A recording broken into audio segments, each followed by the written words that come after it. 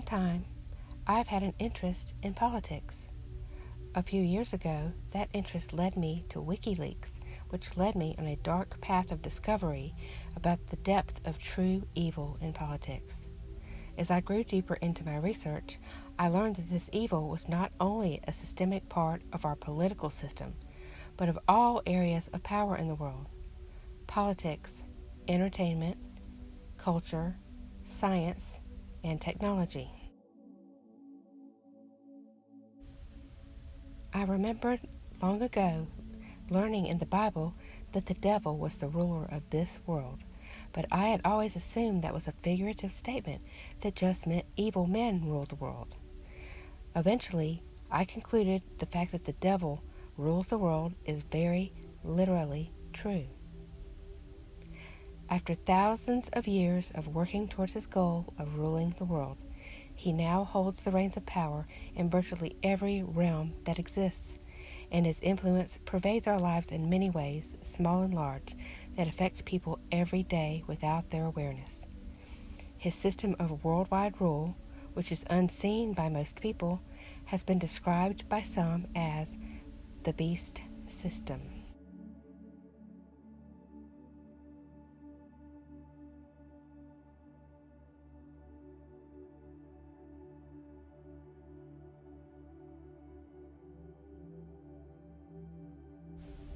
After learning about the beast system influences all around me, I realized that most of my fellow Christians, like myself a few years ago, are dangerously naive about the power, influence, and methods of evil in the world. As Satan's power grows in the modern age, which many believe are the last days, those of us who should be standing boldly against it are poorly equipped to do so. The Bible tells us to be wise about the devil's schemes. I decided to share what I have learned with my fellow Christians, so more of them will be able to do that. Before we begin, we need to know, who is the enemy? Understanding this will help us understand the motivations of Satan and those who serve him. The devil is often portrayed in pop culture wearing red with horns and a pitchfork, but there's nothing in the Bible that says he looks like that. So, what does the Bible tell us about the devil? He has dozens of names and descriptions in the Bible. They include father of lies, deceiver, seducing spirit, thief, destroyer, accuser, and the adversary. Let's focus on a few descriptions that will help us understand what we need to know.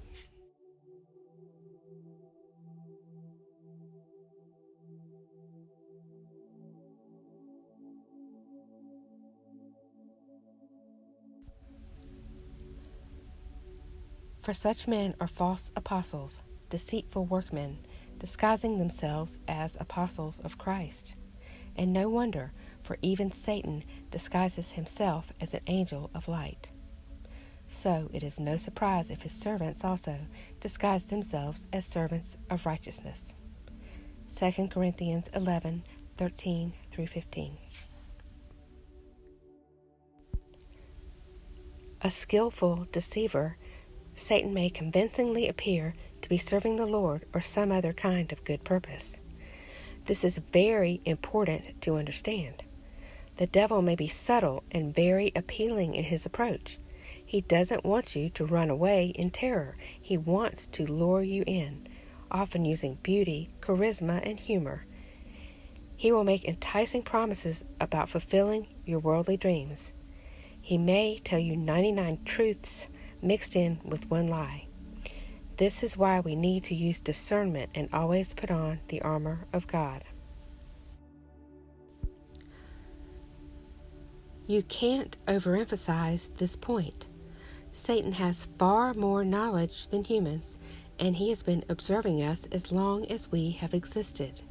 He knows how to tempt, how to gain trust, and how to convincingly mimic the righteous. Remember, the serpent was slick enough to lure Eve out of paradise. And when Jesus told the disciples that one of them would betray him, they were surprised. When it was evening, he reclined at a table with the 12. And as they were eating, he said, "Truly, I say to you, one of you will betray me." And they were very sorrowful, and began to say to him, one after another, "Is it I, Lord?" Matthew 26:20-22. Even though they thought they knew Judas well, they did not suspect he was not really one of them. Only Jesus knew his heart. Do you think they could be fooled, but you and I cannot?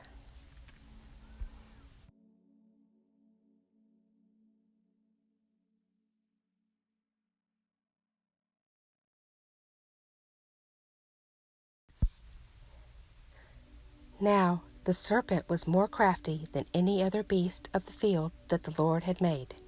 Genesis 3:1. Snakes are often used in movies and art to symbolize Satan or something else evil and dangerous. It is interesting that at the beginning of the Bible, Satan is depicted as a serpent, while in the end he grows into a dragon.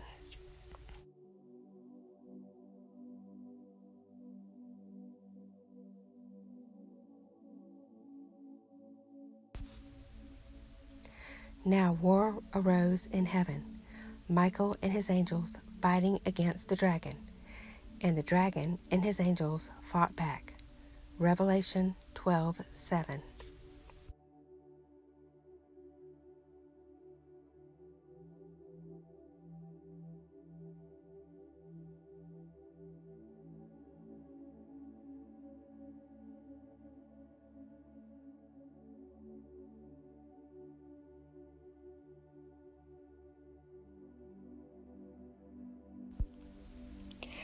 In their case, the God of this world has blinded the minds of the unbelievers to keep them from seeing the light of the gospel of the glory of Christ, who is the image of God.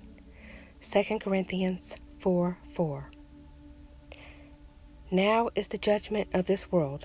Now will the ruler of this world be cast out. John 12:31.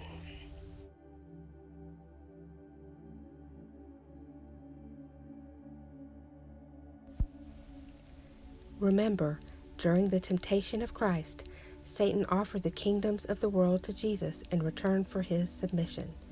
Therefore, we can infer that he had the authority to do that. Most, if not all, powerful people in the world serve Satan, not the true Most High Lord.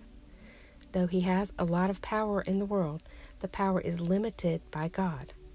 You can see this in the book of Job, when Satan asked permission to test Job's faith. Don't worry, though. While he is the ruler of this world for now, we know that in the end of days, when God serves wrath upon the world, he will be cast into the lake of fire.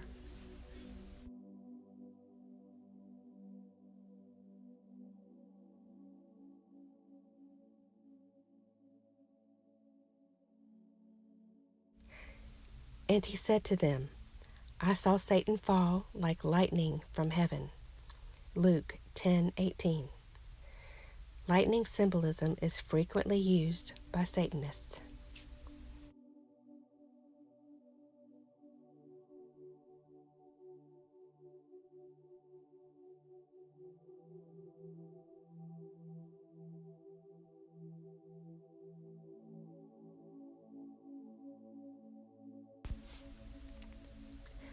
And you were dead in the trespasses and sins in which you once walked, following the course of this world, following the prince of the power of the air, the spirit that is now at work in the sons of disobedience. Ephesians 2:1. Some sources interpret prince of the power of the air as meaning a power dwelling in the region of the air, specifically the lower atmosphere. We will talk about this more when addressing technology.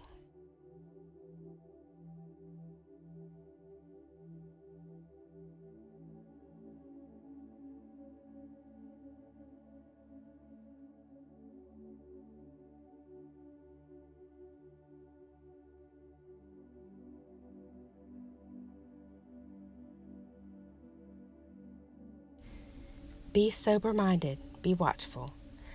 Your adversary, the devil, prowls around like a roaring lion, seeking someone to devour. 1 Peter 5:8. Satan is in this world, and he is on the prowl for victims.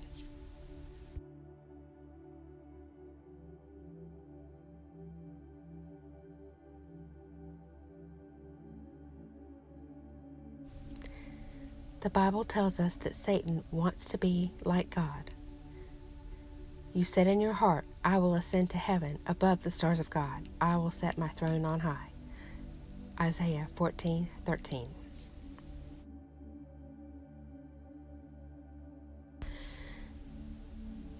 This is another important point to understand and remember. In an attempt to be godlike, Satan has created his own counterfeit version of many of the things of God. His motivations and those of the operators of the beast system are based on this desire to be all-powerful, all-knowing, and universally worshipped.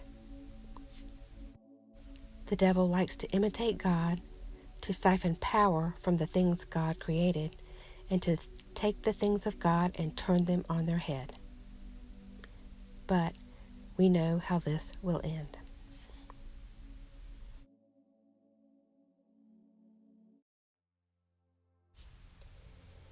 Now that we understand a little about who the devil is, let's talk about Satanism and occultism in the modern world. First, what is occultism? The dictionary defines it as the belief in and study of hidden supernatural powers, especially with the aim of bringing them under human control.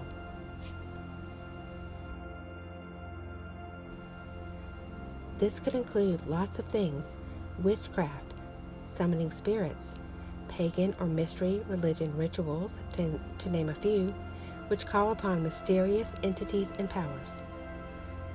God has placed a veil dividing the spiritual and material world, and the Bible clearly, adamantly forbids trying to reach beyond this veil dividing the known and the unknown.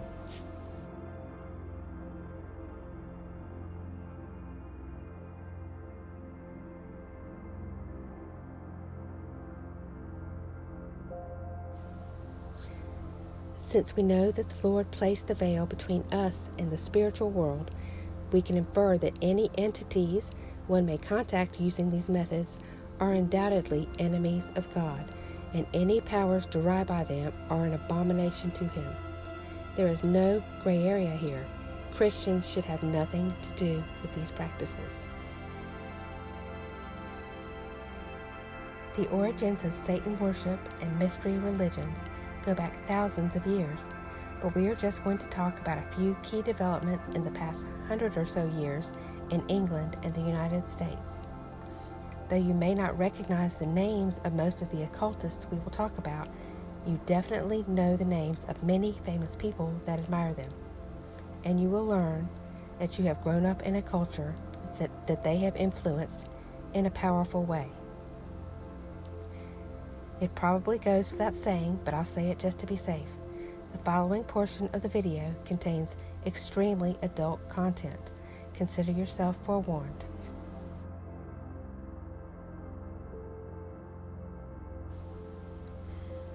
Edward Alexander Crowley, who was born in England in 1875, may be considered the grandfather of modern occultism in the West. When studying almost any aspect of the occult in modern times, it is hard to take even 2 steps in any direction without running into his name. Though he may not be widely known himself, he has been influential in the thinking of many famous and powerful people who are household names in modern America. His impact on popular culture is felt by almost everyone in the modern world, whether they realize it or not. This is a horrifying thought, considering that Crowley was often described by the press during his lifetime as the wickedest man in the world. Crowley was born to a religious family. His father died when he was 11, and he became extremely rebellious against his religious upbringing. During his teens, his own mother dubbed him the Beast, a designation he proudly embraced and used throughout his life. He adopted the name Megatherion, Greek for the Great Beast, and sometimes signed his name with 666.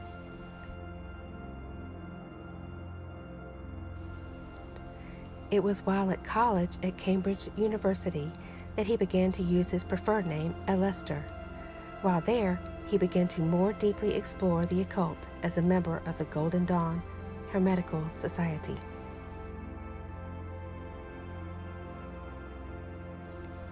What was Crowley's life purpose?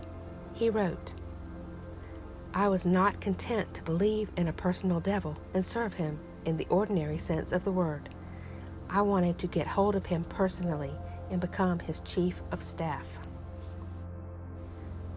Crowley had come from a wealthy family, and his money enabled him to travel the world studying Eastern mystery religions. Crowley devoted his life to seeking occult knowledge and perfecting his rituals to obtain the power he wanted. He wrote many books over his lifetime, some fiction and poetry, but also books about magic and how to contact mystical forces and use their powers to achieve one's goals. His teachings are still greatly revered by students of alternative religions. Some of the writings Crowley left behind for his followers were, he claimed, channeled from otherworldly sources. In 1904, while traveling in Egypt, Crowley claimed that a disembodied voice, who was a messenger of the ancient Egyptian god Horus, dictated to him the Book of the Law. The messenger told Crowley that he was a prophet of the new Aeon of Horus, who was meant to guide the spiritual development of humanity into this new age. Evidence for Crowley's extreme wickedness includes his belief that human sacrifice is the best way to make a ritual effective. Those magicians who object to the use of blood have endeavored to replace it with incense, but the bloody sacrifice, though more dangerous, is more efficacious. And for nearly all purposes, human sacrifice is the best." End quote. He even wrote about how to select which human to sacrifice. He believed that a young boy who was innocent and highly intelligent was ideal. Sex is another important part of rituals for followers of Crowley. Due to his belief in the importance of sexual energy to achieve his goals, he engaged in countless such rituals with both men and women. Throughout his life, he had a series of favorite female partners, filling the role of his Scarlet Woman. There are theories about which influential people he may have fathered over the years. The religion he founded, which combines elements of many religious traditions, is known as Thelema. The word Thelema means will, and the religion is based upon the idea that human beings each have their own true will that they should discover and pursue, and that this exists in harmony with the cosmic will that pervades the universe.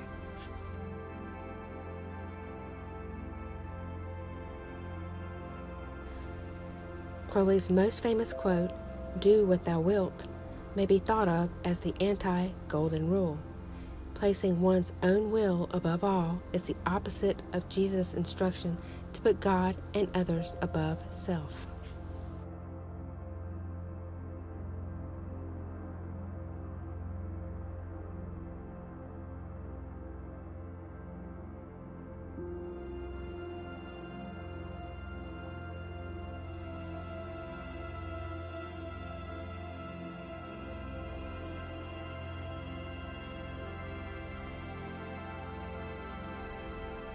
What is noteworthy about "do what thou wilt" is that it is mundane. You hear versions of this all the time. Think of how often you hear statements like this: "You should always follow your heart." "I've got to look out for myself first." "Nobody tells me what to do, I do what I want." It is frightening to realize that many people who do not think of themselves as followers of Satan embrace his golden rule without realizing it. What does the Bible say about following your heart? The heart is deceitful above all things and desperately sick. Who can understand it? Jeremiah 17:9. Following your passions without guidance from God is a recipe for trouble, but Satan has managed to make it sound like a pretty good idea.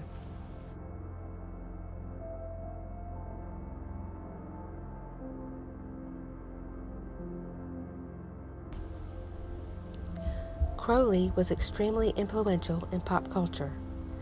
Many people still do not realize that the Beatles, whose wealth, fame, and influence on music and culture were of epic proportions, still unmatched in modern times, were profoundly occultic. Much has been written about this topic, but one simple and compelling piece of evidence for the Beatles' beliefs is the fact that Aleister Crowley was one of the faces in the crowd featured on the cover of their Sgt. Pepper album, faces they said belonged to their heroes.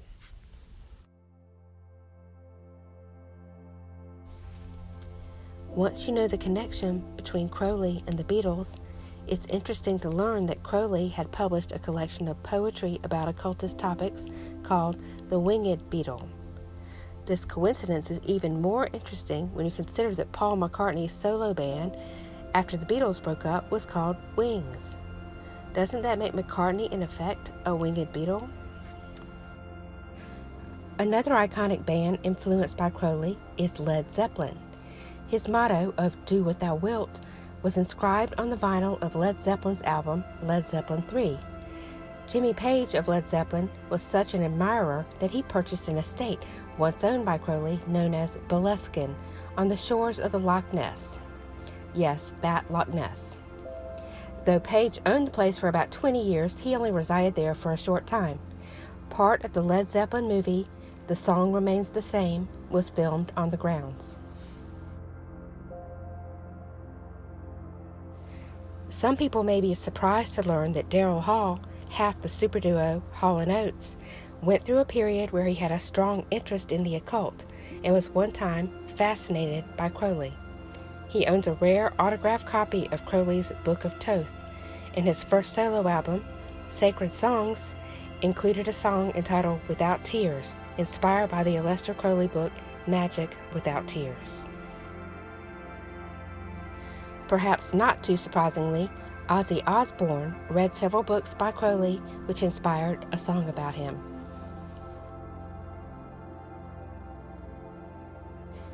David Bowie also sang about Crowley in his 1971 song, Quicksand. I'm closer to the golden dawn, immersed in Crowley's uniform of imagery. A biographer wrote that Bowie was obsessed with using occult magic to attain success and protect himself from evil forces.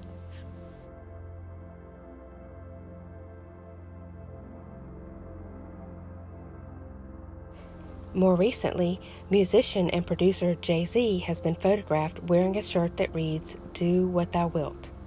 Jay-Z, husband of superstar Beyonce, and the first rapper to have become a billionaire, has discovered many well-known artists and launched their careers through his production company, Rockefeller Records. He is also known to be a personal friend of former President Obama. He and Beyonce visited the White House several times during the Obama presidency. Though less of a household name, Kenneth Anger, whose real name was Kenneth Engelmeyer, was still influential in the early years of Hollywood. He was one of the first openly gay filmmakers, and his films emphasize homoerotica and the occult. He was an open follower of Crowley's religion of Thelema, and this influence was obvious in his films. For example, his film Lucifer Rising was about the Aeon of Horus prophesied by Crowley. Human sexuality researcher and author Alfred Kinsey, sometimes dubbed the father of the sexual revolution, also has a Crowley connection. His research is controversial in that it is based on unusual populations like prisoners and prostitutes and was used to challenge the public's idea of normal. Also, his research sometimes involved very young children, and he even worked with active pedophiles, encouraging them to evade law enforcement so he could continue to gather data about their behavior. Kinsey's interest in sex involving children probably explains why, after Crowley's death, he flew to Sicily, Italy to visit Thelema Abbey in hopes of collecting Crowley's journals. Thelema Abbey was at one time a gathering place for Crowley and his followers to engage in their sex and drug rituals, which sometimes involved the children Thelemites brought to the Abbey. This is a picture of Kinsey with Kenneth Anger at the Abbey, with the photo of Crowley on the wall between them. Kinsey's research led to the liberalization of sexual morality laws and norms, and the introduction of sex education into public schools. His research was also the inspiration for the life's work of one Hugh Hefner. After reading Kinsey's work, Hefner decided to dedicate himself to popularizing the sexual liberation ideals Kinsey promoted. The first issue of Playboy mentions this Kinsey connection. One famous admirer of Crowley was counterculture hero, convict, professor, and drug use researcher and advocate, Timothy Leary. Leary liked to think that he had an important role continuing Crowley's great work of bringing about a shift in human consciousness. Did I mention Crowley often used drugs as part of his occult rituals, and even wrote a book called Diary of a Drug Fiend, a fiction work inspired by his own personal experiences. Some of you younger folks may not be familiar with Timothy Leary, but you probably know his goddaughter, Winona Ryder. Leary was also good friends with Susan Sarandon. A few years ago, Sarandon honored Leary in a ceremony at the Burning Man Festival. Part of the ceremony, you may want to put down your fork if you're eating, involved drinking a liquid containing the ashes of Leary's cremated body. There is a Crowley connection to the American space program. Born in 1914, Jack Parsons was an engineer for NASA in the early days of the agency, who pioneered development of fuel to power the first rockets. He was also a practitioner of Thelema, who was selected by Crowley in 1942 to be the leader of the California branch of his Ordo Templar Orientis, or OTO. One member of the order described Parsons as an A1 man, Crowley-esque in attainment as a matter of fact. Crowley himself described Parsons as the most valued member of the whole order with no exception. An avid science fiction fan, Parsons befriended fellow OTO member and prolific science fiction writer L. Ron Hubbard. Hubbard remains one of the best-selling sci-fi writers of all time, but is probably best known as the founder of Scientology. The Church of Scientology is said to be worth about $1.75 billion and is followed by a bevy of Hollywood A-listers. Though he was fond of Parsons, Crowley was not too impressed with Hubbard, believing him to be a con man. Parsons probably should have listened to him because Hubbard eventually made off with Parsons' woman and a lot of his money. After being shunned from respectable employment because of his association with the occult, Parsons began making a living using his expertise with explosives on movie sets and such. He died at the age of 37 in an explosion in his lab. The death was ruled an accident, but many people don't buy that he would blow himself up accidentally and suspect foul play. Parsons was outspoken about how his achievements in the NASA program were a direct result of his magic practices with Crowley rather than just hard work and intelligence. So, you can imagine there were people who would be happy to have him no longer talking.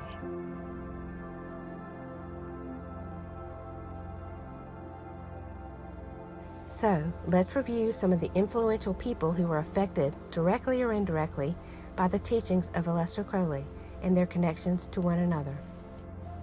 Famous entertainers that we know of who were influenced by Crowley include the Beatles, Led Zeppelin, Daryl Hall, Ozzy Osbourne, and David Bowie. Movie producer Kenneth Anger was a dedicated follower of Crowley, and his religious beliefs inspired much of his work. Sex researcher Alfred Kinsey was interested in the sex ritual practices of Crowley. Kinsey's work was the inspiration for Playboy magnate Hugh Hefner.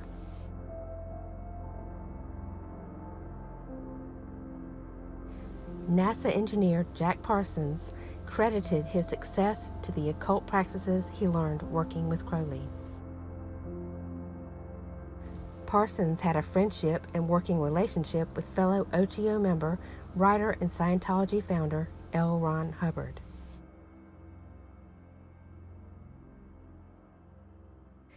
Timothy Leary, who popularized the use of drugs for a generation of Americans, was an admirer of Crowley who wanted to carry on his great work. Anger's story has a few more twists. At one point, his companion, Bobby Beausoleil, was selected to contribute music and play the title role in Lucifer Rising. After that plan fell apart, Beausoleil went on to become part of the inner circle of cult leader Charles Manson. He ended up in prison for his role in the Manson family murders. Interestingly, Timothy Leary did a stint at Folsom Prison for a drug conviction where he briefly crossed paths with Charles Manson, who was there at the same time. Timothy Leary also had a Beatles connection. John Lennon originally composed Come Together as a campaign song for Leary's planned presidential bid.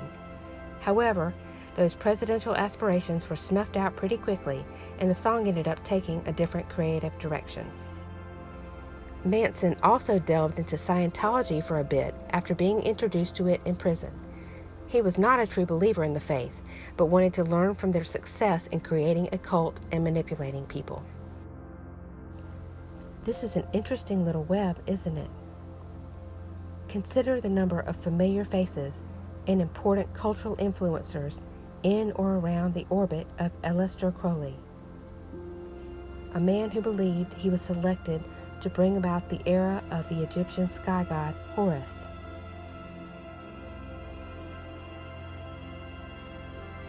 A man who said it was his life's ambition to be Satan's chief of staff.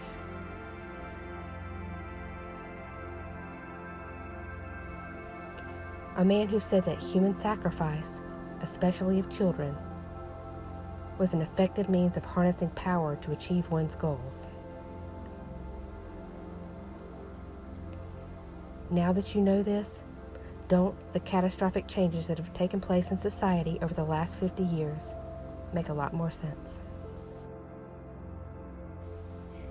Friends, I realize the information presented here may be disturbing or overwhelming, but do not give in to despair or fear. Evil is real and it is truly terrible, but followers of Christ are warriors who have the joy of knowing that we are already victorious. In the world you will have tribulation, but take heart, I have overcome the world.